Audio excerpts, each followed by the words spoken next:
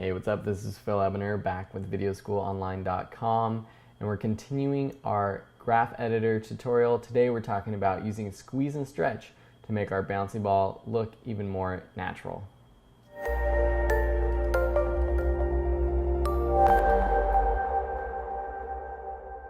Okay, so today we're going to use edit the shape path of our ball to make our bouncing ball look even more natural. So just like in the real world of physics, when things are moving and stopping and bouncing against different things, things stretch and things squeeze, things compress. One thing we can do actually to make this look pretty good is to add a little ground right here. So I'm just going to press Command Y to make, how about a gray sidewalk.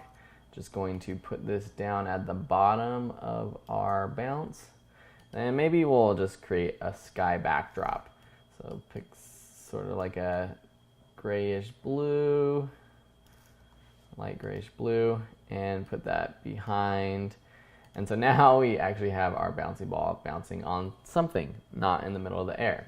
Okay, but that's not what this tutorial is. Today I want to make this ball sort of stretch and squeeze.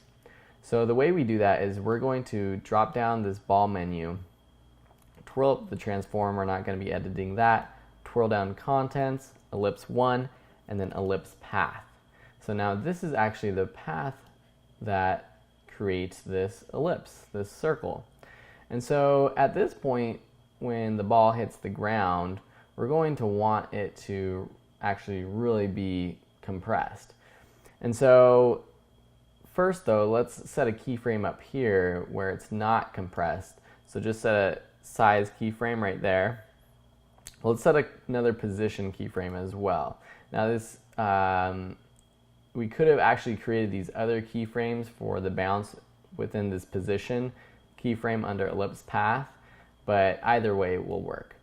So now we're going to go where it hits the ground and we're going to compress this. So we're going to unlink this, the unconstrained proportions, and then just drop down the squeeze amount to something like that, so it looks like it's squeezing.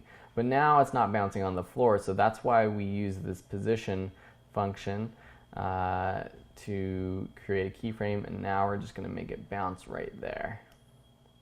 Okay, so now if we render this, it falls down, squeezes, and now it stays squeezed.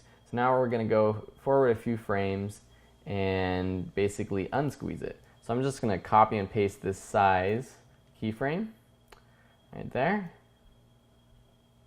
So now you can see it squeezes down at the bottom. I'm going to turn off motion blur because now it'll make us see it a little bit better.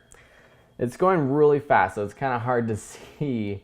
And then you'll notice now here on this other keyframe, it goes below the ground. And that's because our position is kind of messed up now. But we want to add a squeeze right here anyways. So let's go a few frames before this other keyframe, the transform keyframe right here that we set last time. Set keyframes by clicking the diamond next to size and position, and go forward. And we can just copy and paste these two things, or the size anyways. And now it's at the perfect location. Then we're going to go forward and then copy the size again so it unsqueezes, and then there you go. So it bounces, squeezes, and then it comes to rest. So let's just make sure that the keyframe position is at the right spot right here. So something like that. Now again, these position keyframes, this isn't really how you should do it.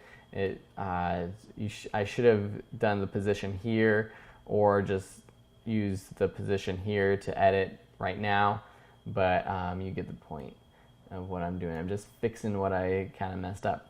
But maybe there should be a little squeeze right here at the end.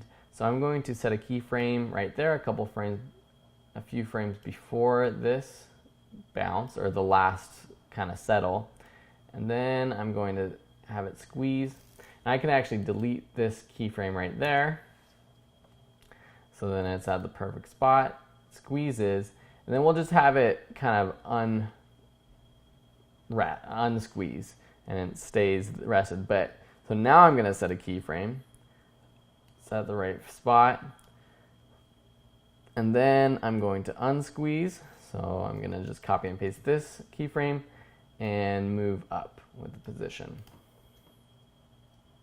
So now it kind of has that little squeeze, unsqueeze at the end. I can make it a little bit slower too by bringing out those keyframes. That was too slow. Maybe it was better before. So now I'm going to go through all of these and press F9 on my keyboard, or function F9 to do easy ease, or you can right click keyframe assist and do easy ease. So now the bounce will kind of slow into these keyframes.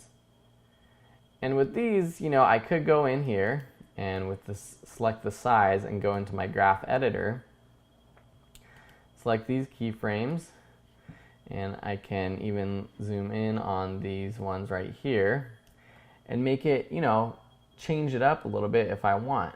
I can make it squeeze faster right when it's about to hit the ground, and just kind of change the speed so it's a little bit more natural. It's a little tough getting the right keyframe, but something like that looks pretty good. So it kind of slows into the squeeze. Okay, and then just one more. Okay. So now this sort of speed using the graph editor matches the speed that we were doing with the position in the last lesson. So there you have it. Now we have our bouncy ball that really actually looks pretty good. So I'm going to turn on motion blur, and it looks like a cartoonish bouncy ball. Okay, so that's using squeeze in terms of shape paths to create a realistic bouncy ball effect. Thanks for watching. Please subscribe, like this video, and share. I really appreciate it when you guys do that. It keeps me going, keeps me doing these tutorials, and I'm really looking forward to the future because I got some awesome stuff lined up for you. Anyways, have a great day, and we'll see you in the next lesson. Bye.